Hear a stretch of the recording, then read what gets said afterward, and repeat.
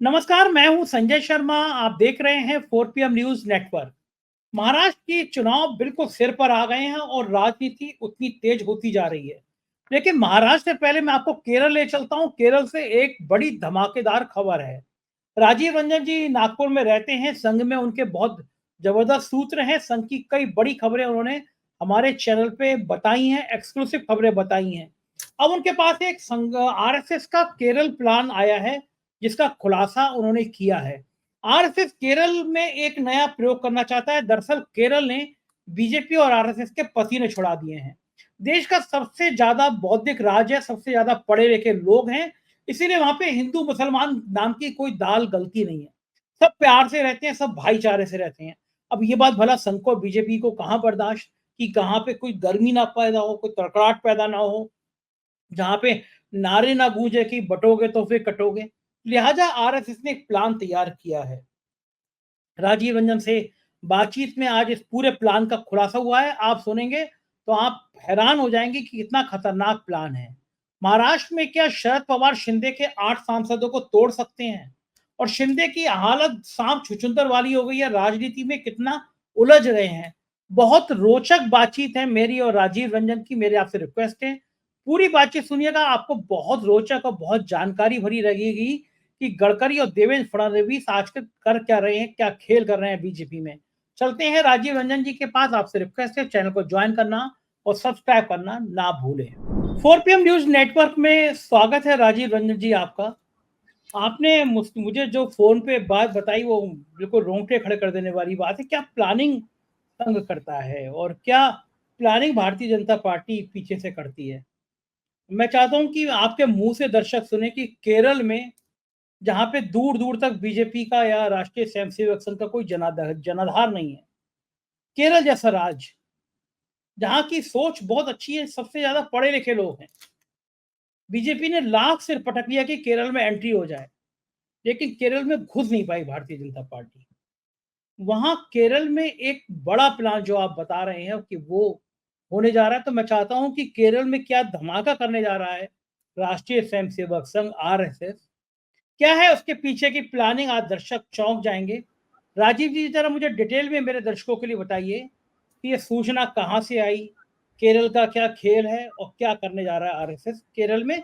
उसके बाद मैं आपसे महाराष्ट्र की राजनीति पर चर्चा करूंगा। पहले केरल बताइए, क्या मामला है?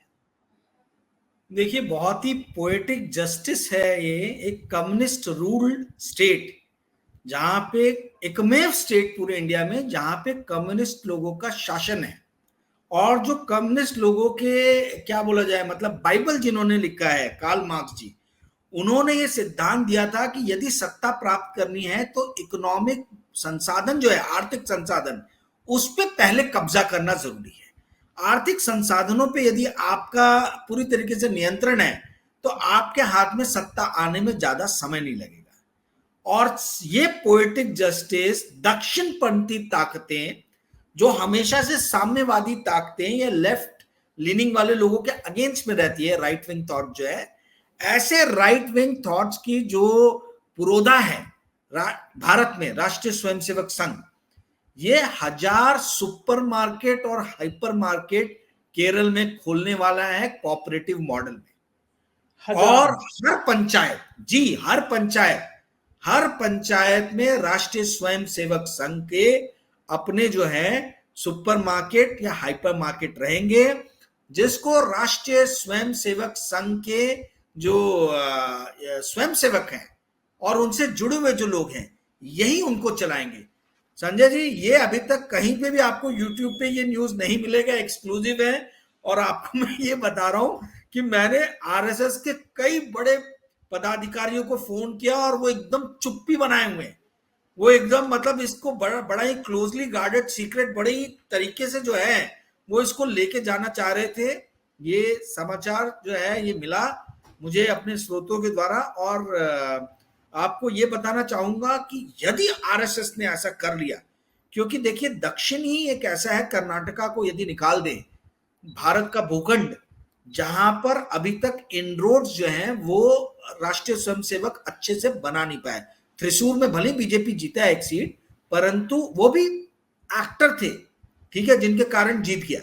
परंतु वैसे इनका कोई बहुत ज्यादा सॉलिड जनाधार नहीं है। वहां पे मेन टक्कर कांग्रेस और कम्युनिस्ट पार्टी की है। अब ये तीसरी फोर्स के रूप में खड़ा हो रहा है। और हमने बंगाल से देखा है कि जब भी भारतीय जनता पार्टी तीसरी फोर्स के रूप में किसी भी राज्य में एंटर करती है तो ये सबसे पहले कम्युनिस्टों को ही खत्म करती है। पश्चिम बंगाल में हमने देखा कि पश्चिम बंगाल में तृणमूल कांग्रेस के अगेंस्ट में जो कम्युनिस्ट पार्टी थी, मार्क्सवादी कम्युनिस्ट पार्टी, जो मेन राइवल था, वो पूरी तरीके से आज हाशिए पे चला गया है और तृणमूल कांग्रेस और भारतीय जनता पार्टी के बीच में टक्कर हो गई है। तो क्या प्रियंका गांधी वाड्रा, राहुल गांधी, इन लोगों के केरला के ऊपर में रिलायंस के कारण, काफी ज्यादा भरोसा करने के कारण, उसके ऊपर में आधारित या निश्चित होने के कारण, क्या आरएसएस घेराबंदी करना चाह रहा है? आरएसएस ऐसी घेराबंदी कर रहा है, भारतीय जनता पार्टी ऐसी घेराबंदी कर रहा है कांग्रेस की कि कांग्रेस के जो बड़े लीडर हैं उनके पास में अपने बचाने के लिए कोई जमीन ना बचे।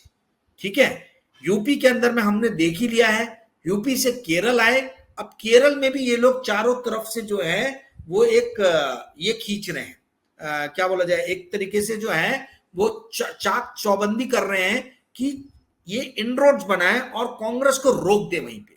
तो अब इसमें कितना सफल होंगे मालूम नहीं, 2 साल लगेगा, 5 साल लगेगा, 10 साल लगेगा, परंतु ये बहुत ही ग्रैंड प्लानिंग है, बहुत ही ग्रैंड डिजाइन है कि हर पंचायत में यदि आरएसएस सुपरमार्केट और हाइपर मार्केट खोलेगा तो आप ये समझिए कि किस कदर से लोगों को परचून, बेसिक ग्रोसरीज से लेके तो हर तरीके की चीजें वो प्रोवाइड करने वाला है।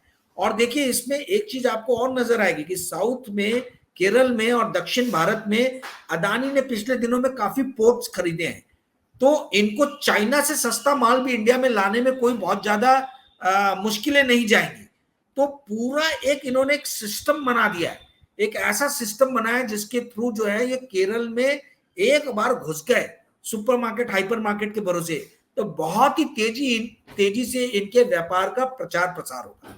तो ये आर्थिक संसाधनों पे कब्जा करके राजनीतिक सत्ता प्राप्त करना, जो मार्क्स ने कहा था, वो मार्क्स लेफ्टिस्ट लीनिंग थॉट के जो क्या बोला जाए, क्राइस्ट है, मतलब जो पुरोधा है, उनके थॉट को दक्षिण पंथियों ने अपना के कम्युनिस्ट लैंड पे इसको इंप्लीमेंट करने की पूरी ग्रैंड डिजाइन, ग्रैंड प्लानिंग हो रही है। जी संजय जी, ये बड़ी खबर है राजीव जी, क्योंकि आरएसएस इसी तरह की लंबी प्लानिंग करता है। केरल सबकी आंख की किरकिरी बना हुआ है, एक सेकुलर स्टेट है, सबसे ज्यादा साक्षरता वहां पे है, पढ़े लिखे लोग हैं, कभी कोई कम्युनल वाली खबर नहीं आती वहां से। बड़ा उन लोगों के लिए मजहब कोई युद्ध कराने वाली चीज नहीं है, वहां तरक्की का रास्ता ढूंढने वाली चीज है। पढ़े लिखे लोग हैं और ये बात कहाँ बर्दाश्त है बीजेपी को, आरएसएस को, कि लोग हिंदू मुसलमान भाई भाई की तरह रहे। तो ये जो चिंगारी सुलगाने की कोशिश है केरल में, मुझे लगता है कि वहां की वामपंथी सरकार और कांग्रेस दोनों को इस बात से अलर्ट होना चाहिए, क्योंकि ये मजहब की चिंगारी इतनी खतरनाक होती है, यह मजहब का जहर इतना खतरनाक होता है कि किसी भी राज्य को बर्बाद कर देता है। जिस तरह से उत्तर प्रदेश में से आवाज उठी कि बटोगे तो कटोगे, महाराष्ट्र में चली गई, झारखंड में चली गई, और वो जो बटने और कटने वाला खेल है वो बीजेपी को बड़ा सूट करता है, क्योंकि उनको लगता है कि विकास का मॉडल तो 10 साल में कोई दिखा नहीं पाए।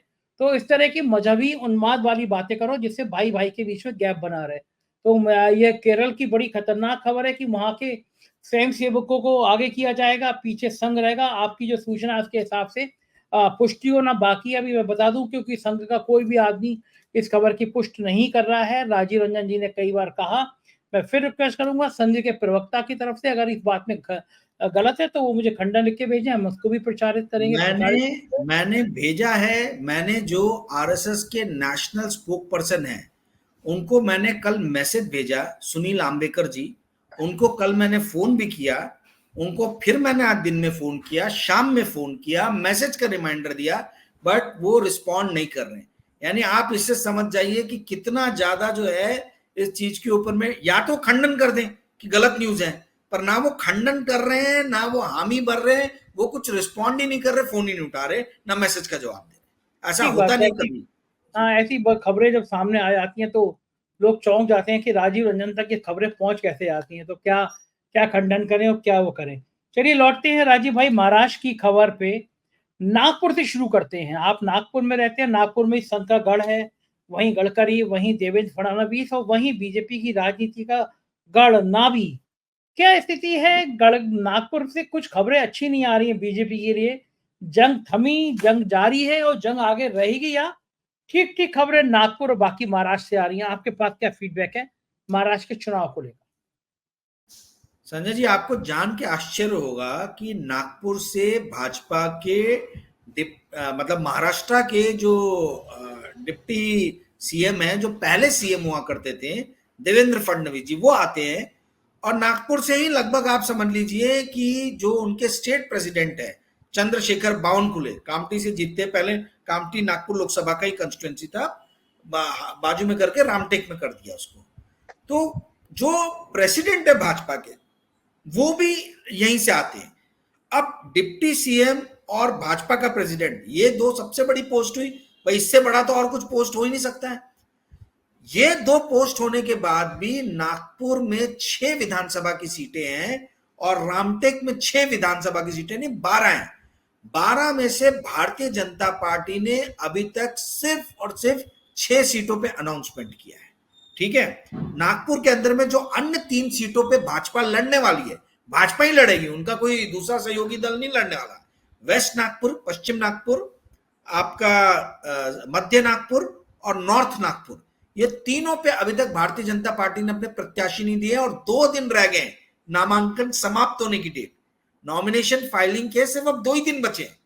तो यदि नॉमिनेशन फाइलिंग के 2 दिन पहले तक आप नाम नहीं अनाउंस कर रहे हो, ठीक है, तो और वो भी ऐसी जगह से जहां से देवेंद्र फडणवीस आते हैं, तो ये एक ऐसा हिंट देता है कि भाजपा खुद अपने अंदर के इंटरनल सर्वे में ये पा रही है कि ये 3 सीट के लिए इन्हें उपयुक्त कैंडिडेट नहीं मिल पा रहे हैं, या ये शायद ये मान के चल रहे कि यहाँ पे कांग्रेस का पलड़ा भारी है, इसीलिए वो नाम नहीं दे पा रहे। पहली चीज। दूसरी, आपका जो रामटेक है कंस्टिट्यूएंसी, वहां से भी पूरे सीट्स के नाम अनाउंस नहीं हुए, 6 जो सीट्स हैं, ठीक है, तो वहां पे भी 2 या 3 रह गए, वहां पे भी भाजपा लड़ने वाली है, जहां से इनके प्रेसिडेंट आते हैं जिस कंस्टिट्यूएंसी से। तो ये शो करता है कि एटलीस्ट 12 में से 6 सीट जो है वहां पे भारतीय जनता पार्टी ये मान के चल रही है कि वो कमजोर स्थिति में है, वो डामाडोल की स्थिति में है, इसलिए वो अभी तक प्रत्याशियों का नामांकन नहीं कर पाई है। दूसरी चीज देखिए, एक चीज मानना पड़ेगा कि भारतीय जनता पार्टी जो है इस इलेक्शन को बहुत सीरियसली ले रही है, करो या मरो की स्थिति है, क्योंकि इन्होंने जो इनके स्टेट प्रेसिडेंट है चंद्रशेखर बावनकुले, जो लेजिस्लेटिव काउंसिल के मेंबर है, उनको भी कहा है कि तुम इलेक्शन लड़ो, और वो कामठी से इलेक्शन लड़ रहे, उन्हें कोई जरूरत नहीं थी पर फिर भी लड़ रहे हैं। यानी इसका मतलब आप समझिए कि बहुत ही सीरियसली ये इलेक्शन ले रहे हैं। अब आते हैं कांग्रेस के ऊपर में। कांग्रेस ने अपने 12 में से 10 सीटें, यानी नागपुर और रामटेक की जो है 6 और 6, इसमें से 10 सीटों पे नाम अनाउंस कर दिए हैं, पर बहुत ज्यादा इस पे शोरगुल हो रहा है, क्योंकि 10 में से 9 सीट जो है वो एक ही जाति के लोग, कुणबी, जो कुणबी ओबीसी कास्ट है, कुणबी जाति के लोगों को 10 में से 9 सीट मिली है, और एक सीट जिसपे कुणबी लोगों को नहीं मिला है वो है एससी रिजर्व सीट, जहां पे कांग्रेस के सबसे बड़े दलित लीडर जो है नितिन राउत, वो वहां से इलेक्शन लड़ने वाले, उनके नाम का अनाउंसमेंट हो गया है। तो सब लोग बोल रहे हैं कि भाई यहाँ पे इतनी सारे समाज के वर्ग है, तेली है, माली है, मतलब ओबीसी के अंदर में, ओबीसी के बाहर देखे हम तो दलित है, पिछड़ा है, मतलब एसटी है, आपका महाराष्ट्रन ब्राह्मण है, हिंदी साइडर्स हैं, इनमें से किसी का भी अभी तक नाम अनाउंस नहीं हुआ है, टिकट नहीं दिया गया है। तो क्या कांग्रेस वही गलती दोहराने जा रही है जो इसने हरियाणा में किया था, जब ये आवश्यकता से अधिक जो है एक स्पेसिफिक कम्युनिटी, मैं नाम ही ले लेता हूं, जाट कम्युनिटी के ऊपर में इन्होंने आवश्यकता से अधिक रिलायंस शो किया था। जैसे जाट हरियाणा में बहुत ज्यादा स्ट्रांग पोजीशन में है, वैसे ही नागपुर और नागपुर के आसपास विदर्भा के एरिया में कुणबी लोग बहुत स्ट्रांग पोजीशन में है, परंतु कुणबी 50% के ऊपर नहीं है। जैसे वहां पे 25 से 30% है, वही हाल यहाँ पे भी है। तो आप क्या एक ही कम्युनिटी के लोगों को टिकट देके क्या आप दूसरी कम्युनिटी के लोगों की उपेक्षा नहीं कर रहे हो? ये कांग्रेस के जो भी स्ट्रैटेजिस्ट है, इनको ये सोचने की जरूरत है कि हम दोबारा वही गलती तो नहीं करने जा रहे जो हमने हरियाणा में की थी। हरियाणा की गलती से क्या सीख ली है, ये मुझे अभी तक समझ में नहीं आ रहा, ये इनको समझना चाहिए। और जो लोग इस तरीके से देखिए स्ट्रैटेजिक चीजों पे नहीं बात करते हैं, वही लोग बाद में जाके इलेक्ट्रॉनिक वोटिंग मशीन की बातें करते हैं। आपको मैं एक सिंपल एग्जांपल देता हूं। जो नितिन गडकरी के अगेंस्ट इलेक्शन लड़े थे हमारे भाऊ विकास ठाकरे पश्चिम नागपुर से इलेक्शन लड़ने वाले हैं, पर उनके इर्द गिर्द इस तरीके से भारतीय जनता पार्टी ने किलाबंदी की है कि वो देखने लायक है। प्रकाश अंबेडकर भारतीय जनता पार्टी के गोद में बैठे हुए हैं और प्रकाश अंबेडकर ने यहां से एक कैंडिडेट दे दिया कि वो दलित के 5-10 हजार वोट खाए। फिर एआईएम ने अपना कैंडिडेट घोषित कर दिया जो अल्पसंख्यकों के वोट ले, ठीक है। फिर इसके बाद में बहुजन समाज पार्टी भी आ रहे हैं, रिपब्लिकन भी आ रहे हैं। तो कांग्रेस के जो ट्रेडिशन, और सबसे बड़ी बात, कांग्रेस से निष्कासित जो एक नेता हैं जो कुंभी कम्युनिटी से ही आते हैं, उनको हो सकता है टिकट मिल जाए बीजेपी की तरफ से, ऐसा लग रहा है। तो आप कुंभी के भी वोट काट रहे हो, आप इधर के भी वोट काट रहे हो, एससी समाज के भी, दलित समाज के भी, अल्पसंख्यक समाज के भी। और यदि हिंदी साइडर को दे दिया जाए पश्चिम नागपुर से, 1.25 लाख की पॉपुलेशन है हिंदी साइडर की पश्चिम नागपुर में, तो वो मुकाबला बड़ा ही कट्टर टाके, मतलब बहुत ही काड़े का मुकाबला हो जाएगा। तो ये लोग जो किलाबंदी कर रहे हैं, ये समझाने की जरूरत है जनता को, ताकि बाद में ईवीएम ना बोले। कांग्रेस के स्ट्रैटेजिस्ट थिंकर को यह समझने की जरूरत है कि ओवर रिलायंस एक पर्टिकुलर कम्युनिटी पे करके यदि इलेक्शन लड़ेंगे तो महाराष्ट्र भी हरियाणा बनने में ज्यादा समय नहीं लगेगा। जी संजय जी। ठीक बात है, यानी घमासान दोनों तरफ है, भारतीय जनता पार्टी में भी कांग्रेस में भी। जैसे एक और बात बता दूं, पहली बार मेरे नजर में आया कि भारतीय जनता पार्टी के प्रत्याशियों के टिकट के लिए उनके जो कार्यकर्ता हैं वो नारेबाजी कर रहे हैं। पश्चिम नागपुर से ही एक महाराष्ट्रन ब्राह्मण है नेता, संदीप जोशी नाम बता देता हूं, उनके कार्यकर्ताओं ने आज बहुत नारेबाजी की है कि इनको टिकट मिलना चाहिए पश्चिम नागपुर से। परंतु महाराष्ट्रन ब्राह्मण की पॉपुलेशन ज्यादा, जनसंख्या ज्यादा नहीं है पश्चिम नागपुर में, तो इसीलिए जो है कोई ओबीसी कैंडिडेट ढूंढा जा रहा है या हिंदी साइडर कैंडिडेट ढूंढा जा रहा है। तो इस तरीके से डिसिप्लिन से बाहर जाते हुए नागपुर के अंदर में एटलीस्ट मैंने कभी नहीं देखा था Bharatiya Janata party as a party को। और ये चीज यदि व्यापक रूप से असंतोष फैला तो इसके बहुत बड़े दुष्परिणाम भी भारतीय जनता पार्टी को झेलने पड़ सकते हैं, क्योंकि संदीप जोशी देवेंद्र फडणवीस के राइट हैंड मैन माने जाते हैं। यदि उनके समर्थक इस तरीके से नारेबाजी कर रहे हैं, और एक चीज और आपको बता दूं मैं, नागपुर की 6 लोकसभा सीट पे कौन खड़ा होगा, इसमें देवेंद्र फडणवीस ने क्लियरली हाथ खड़े कर दिए कि मैं डिसाइड नहीं करूंगा, नितिन गडकरी जी करेंगे।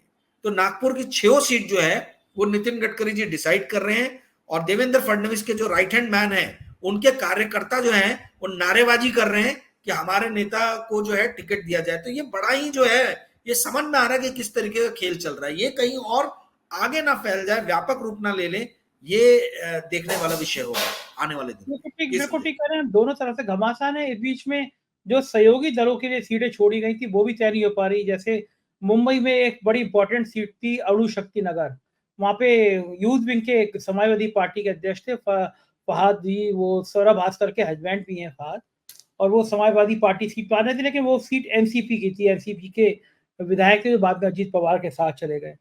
लेकिन वो सीटों का तालमेल तय नहीं हो पा रहा था कि समाजवादी पार्टी में कितनी सीटें मिलेंगी, क्या मिलेंगी। फिर शरद पवार ने अखिलेश यादव से बात करी कि भाई ये कैंडिडेट हमें दे दो, हम डिक्लेयर कर दे रहे हैं। और सौरा के हस्बैंड को फहाद को वहां से अणु शक्ति नगर से और एनसीपी का कैंडिडेट डिक्लेयर कर दिया। नौजवान नेता है, बड़ी मेहनत की, उसने बड़ा संघर्ष किया है उस हर समय मुद्दों पे, जेएनयू से लेकर बाकी मुद्दे पे। तो मैं कह रहा हूँ कि स्थितियां यहाँ भी ऐसी अटकी हुई हैं कि समाजवादी पार्टी या बाकी दल जो है वो भी अटके हुए हैं कि फैसला करो। महाराष्ट्र के चुनाव में सीटों में इतना मामला उलझ जाएगा कि किसी ने सोचा नहीं था ना, कि मतलब कि चुनाव में दिन ही कितने बचे हैं, मोटे मोटे 15-20 दिन, दीपावली की छुट्टी निकाल दो तो 15 दिन। तो क्या लग रहा है कि तैयारी किसी भी पार्टी की पूरी नहीं हो पाई। संजय जी, बात तैयारी की नहीं है, बात है कि अंदर इतना घमासान है, और इसके लिए सिर्फ और सिर्फ एक पार्टी जिम्मेदार है, वो है भारतीय जनता पार्टी। ना ये शिवसेना को तोड़ती, ना ये एनसीपी को तोड़ती, इतने सीट के लिए घमासान नहीं होता। पहले एकदम प्लेन सिंपल था, शिवसेना की सीटें थी जो शिवसेना को मालूम था कि हमें इस पे लड़ना है, भारतीय जनता पार्टी की सीटें थी जो उनको मालूम है कि उसको उनको उन सीट पे लड़ना। सेम वही चीज कांग्रेस और एनसीपी के बीच में था। अब जो इन लोगों ने किया है, जहां 2-2 का मुकाबला था, मुकाबला हो गया 3-3 का। अब वहां पे आ गए शिंदे जी, यहाँ पे आ गए ठाकरे जी, वहां आ गए अजीत पवार, यहाँ आ गए शरद पवार, और कांग्रेस और बीजेपी तो है ही। तो ये जो 2 से तो 3 का ये हुआ, ठीक है, इसमें बहुत सारे लोग ऐसे भी जुड़ गए जिनका ये कहना है कि लास्ट टाइम आप यहां से आ रहे थे तो इस बार हमें ये दे दीजिए, और आप लास्ट टाइम उधर से आ रहे थे तो आप हमें, मतलब दोनों पार्टियों के अंदर में जो है, जो जो सीट पे लास्ट टाइम कांग्रेस आ रही है उस पर दावादारी ठोक रही है शिवसेना, क्योंकि वो कांग्रेस के सामने थी, ठीक है, और उनके कैंडिडेट जीत गए थे जो शिंदे में चले गए। तो ऐसी सीटों को लेके जो है बहुत ज्यादा जो है इनमें प्रतिस्पर्धा है। देखिए मोटा मोटी तो अघाड़ी के अंदर में डिसाइड हो गया है, हालांकि अभी तक इन्होंने प्रेस कॉन्फ्रेंस करके घोषणा नहीं की है कि कितनी सीट पे अघाड़ी लड़ने वाली है। जो थोड़ा बहुत जो इनका मन मुटाव है वो विदर्भा की 62 सीटों में से है, जहां पर अघाड़ी अभी तक डिसाइड नहीं कर पाई है। पर महायुति का तो हर जगह झमेला दिख रहा है। महायुति पश्चिम महाराष्ट्र जो है, वहां अजीत पवार एक अलग नाराज बैठे कि आप हमको कम सीटें दे रहे हो, बीजेपी बोल रही है लास्ट टाइम हम जीते थे, हम कैसे सीट छोड़ दें। तो अभी सुनने में आ रहा है कि 150 से लेके 175 के बीच में भारतीय जनता पार्टी इलेक्शन लड़ेगी। अभी तक 121 सीटों पे नाम अनाउंस कर दिया इन लोगों ने। तो यदि भारतीय जनता पार्टी 175 सीट पे लड़ती है तो फिर इनके दोनों सहयोगी दल के लिए बचा क्या? 175, 288, 288 सीट है, उसमें से 175 या 170 भी निकाल दीजिए तो आपका 118 सीट बचता है।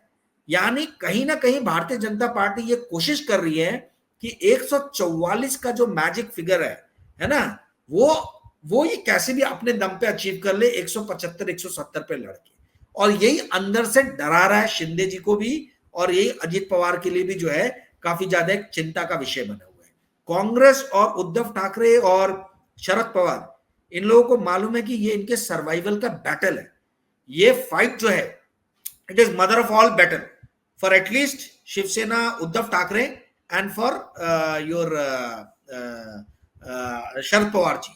तो ये किसी भी हाल में जो है वो इसको हारने, मतलब किसी भी हाल में कमजोर तैयारी के साथ नहीं उतरेंगे, वो बड़ा फूक फूक के कदम रख रहे हैं, और जल्दी आपको इसके जो कुछ सीटें जो रह गई है उस पर भी नामों की घोषणा आपको जल्दी सुनने को मिल जाएगी। जी संजय। अच्छा, आपको क्या लगता है कि अगर ये बीजेपी इतनी सीटों पे अड़ी रही तो शिंदे को डर तो है ही है? ये मेरे उस दिन डिबेट कर रहा था पैनल में, सब लोगों ने कहा कि कुछ जीते कोई हारे हम नहीं कह सकते, लेकिन ये तय बात है कि शिंदे मुख्यमंत्री नहीं बनने वाले हैं। और शिंदे को भी लग रहा होगा कि अगर सीटें बीजेपी ने इतनी ले ली 175-75 तक तो मेरा डिब्बा तो गोल हो जाएगा, मैं तो आऊंगा नहीं। तो शिंदे का ये, शिंदे भी कम शातिर खिलाड़ी नहीं है राजनीति के, तो शिंदे का सेकंड प्लान क्या है? फिर बीजेपी से कैसे निगोशिएशन करेंगे? क्या बीजेपी को डिच कर सकते हैं, अपनी सीटें ज्यादा खड़ी कर सकते हैं, क्या कर सकते हैं शिंदे भी?